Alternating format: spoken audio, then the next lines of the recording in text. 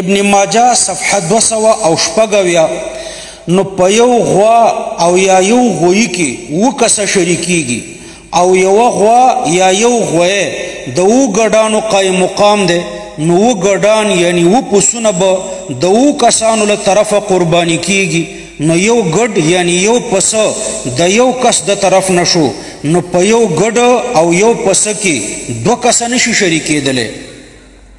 دریم دلیل. السلام علیکم ورحمت الله. محترم ورونو، ګاډري صاحب بیا د قرآن او حدیث یو دشمنۍ ته لاس اچولی، یو مسلې دا بیانه کړې ده چې آیا یو ګډ دا کافي کیږي د ټول کور طرف نه که نه. محترم ورونو، اصل کې دوی مشکل لا دا وپېژنئ کله چې یو مسله د دوی د مذهب خلاف وه، اگر که دا ټول قرآن او حدیث تې ډکې مني د سره نه، دا دوی عادت دی. رفع الیدین باره کې کم از کم 100 روایته مرفوع موقوف داسې 200 پورې یو روایت ورسره صحیح نشته، خو مذهب کې نشته، نه یې مني. وتر مانځه 15 رکاته 3 رکاته 9 رکاته نه په حدیثو کې ثابت دي، خو په مذهب کې نشته، منل نشته دی. دا خبره زده کړئ. دا مثلا د دوی د مذهب خلاف ده، بس مني نه. دې باره کې امام مختلف علما او محدثینو بابونه هم تللي، لکه امام ابن ماجه رحمه الله باب تللی چې باب من ضحى بشاة عن اهله وعن اهل بیته. هغه کس باره کې چې یو کس یو ګډه د ټول کور طرف نه، یعنی حلال کې د خپل ځان طرف نه، د ټول کور طرف نه. ابو سعید الخدري نه پوښتنه وشوه چې کیف کانت الضحى فیکم، ستاسو په وخت کې قرباني به څنګه وه، څنګه به اضحیه کوله؟ وهغه ورته چې کان رجل فی عهد النبي صلی الله علیه وسلم یضحي بشاة عنه وعن اهل بیته. یو ګډ به د خپل ځان طرف نه، ګوره څومره ښکار روایت دی، او د خپل کوروالا طرف نه به قرباني کول. فیأکلون او یطعمون، خپله به یې خواړه او خلکو ته یې ورکول.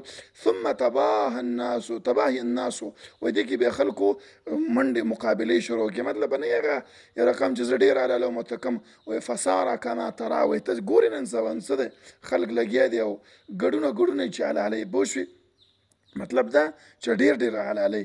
همداسې روایت دی د صریحا هغه وایي چې یو ګډ یې حلال کړه او ویلي چې دغه د نبي علیه السلام په وخت کې مو مطلب په دغه طریقې سره به موږ دا قرباني کوله. په موطا د امام مالک کې همدغه روایت نقل دی چې ابو سعید الخدري وویلی چې موږ به د نبي اسلام په زمانه کې یو ګډه حلاله و.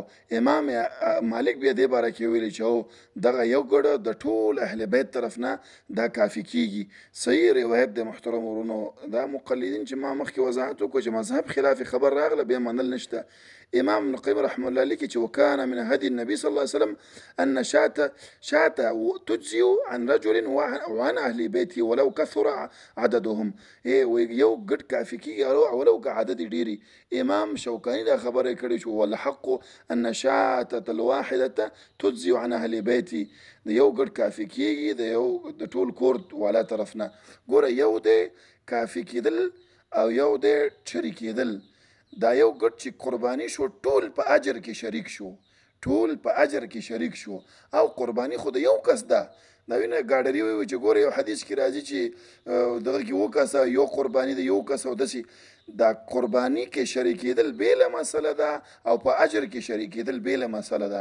نبی صلی الله علیه وسلم وایي دا یو ګډ قرباني چې وکړله دا ټول په اجر کې شریک شو، اگر چې قرباني د یو ده، مطلب نوکان به یو کس، هماغه یو کس څوک چې قرباني کوي هغه به یې نه اخلي، ویښته به یو کس نه اخلي، خو په اجر کې ورسره ټول شریکېږي. دا اتفاقي مسله قرآن او حدیث نه ثابت. په دغه حدیث باندې امام بیهقي باب تړلی دی، امام ترمذي په دې باندې باب تړلی دی، امام ابن ماجه په باب تړلی دی، سنن کبرا بیهقي کې باب تړلی دی، معجم الکبیر طبراني کې باب تړلی شوی دی، موطا د امام مالک چې په 2 روایتو سره نقل د هغه په باب تړلی دی، معجم الاوسط